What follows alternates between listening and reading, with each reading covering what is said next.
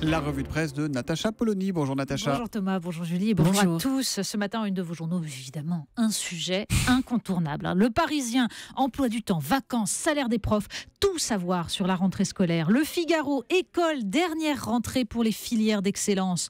Le Monde, la rentrée scolaire sous le signe de la laïcité et de la morale. Libération regarde outre-Manche, où le parti travailliste, toiletté à la mode libérale, souvenez-vous, dans les années 2000, par Tony Blair, est bousculé par un trouble fait. Royaume-Uni, la gauche sort ses griffes. Mais alors le plus joli titre du jour, c'est celui de l'Humanité. Prime à la casse chez Alcatel, le patron touche 13,7 millions d'euros.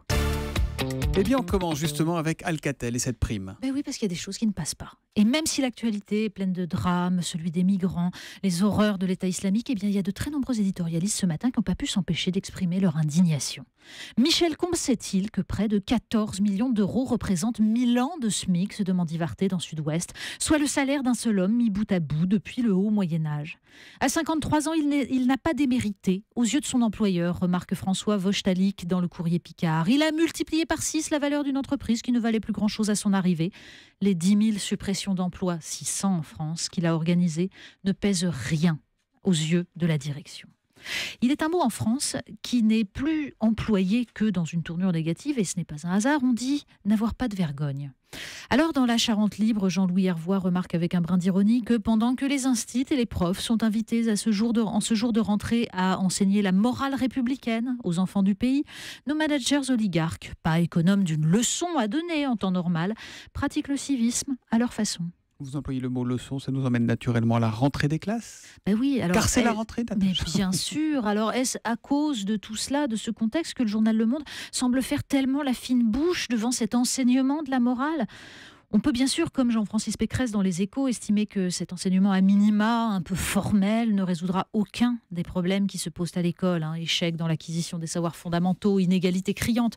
Mais Le Monde estime surtout que ce rappel à la laïcité risquerait, je cite, de hérisser par excès de zèle une partie du corps enseignant et de la société. Oui, la laïcité, ça hérisse. Libération et le Figaro, en tout cas, semblent donner raison à Jean-Francis Pécresse en s'intéressant à ce qui permet concrètement de former des citoyens, c'est-à-dire d'abord des hommes libres.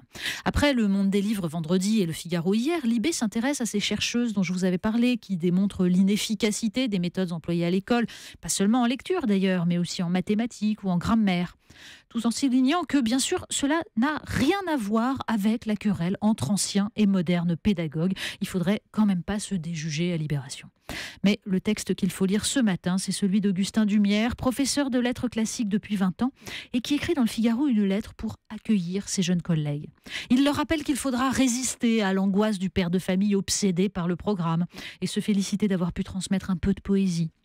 Il leur explique surtout que face aux problèmes qui agitent la société française, identité, communautarisme, réseaux sociaux, ils sont ceux qui auront prise sur la réalité. L'homme politique le plus moderne, écrit-il, c'est toi, mon jeune collègue. Alors, dernière précision, elle a son importance, tu es tout seul.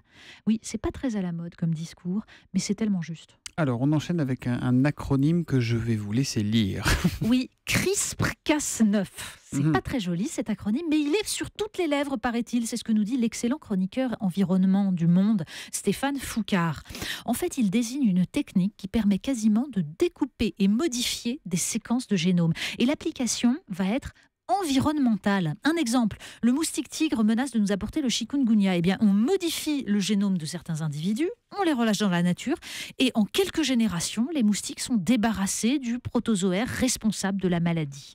Sauf que les conséquences sont incalculables.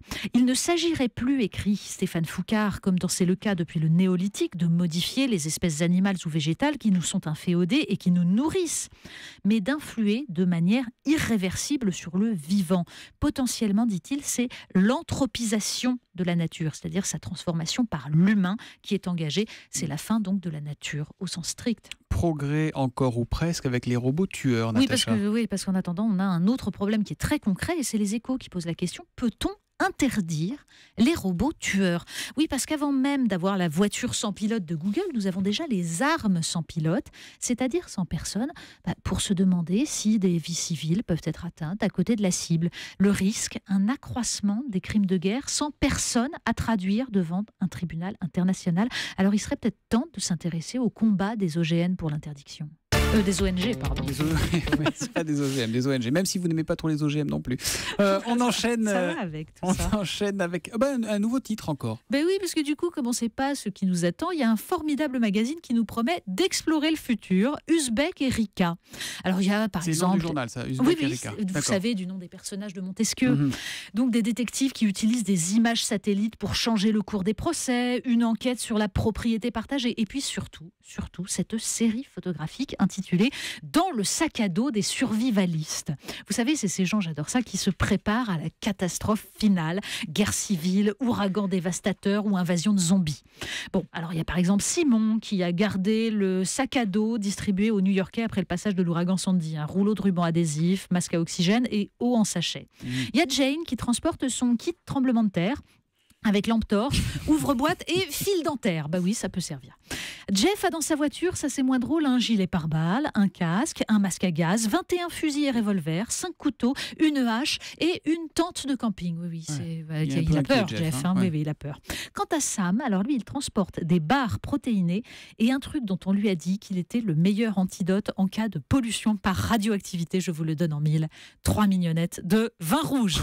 Finalement, c'est plus utile que le cartable des élèves, le sac à dos de Sam. Et alors pour l'invasion des zombies, qu'est-ce qu'il faut prendre dans le sac à dos? Le vin rouge aussi. Le vin rouge aussi, voilà, c'est donc à lire dans Uzbek Erika. La revue de presse très complète et très éclectique de Natacha Polony tous les matins à 8h30 sur Europe 1. À demain, Natacha.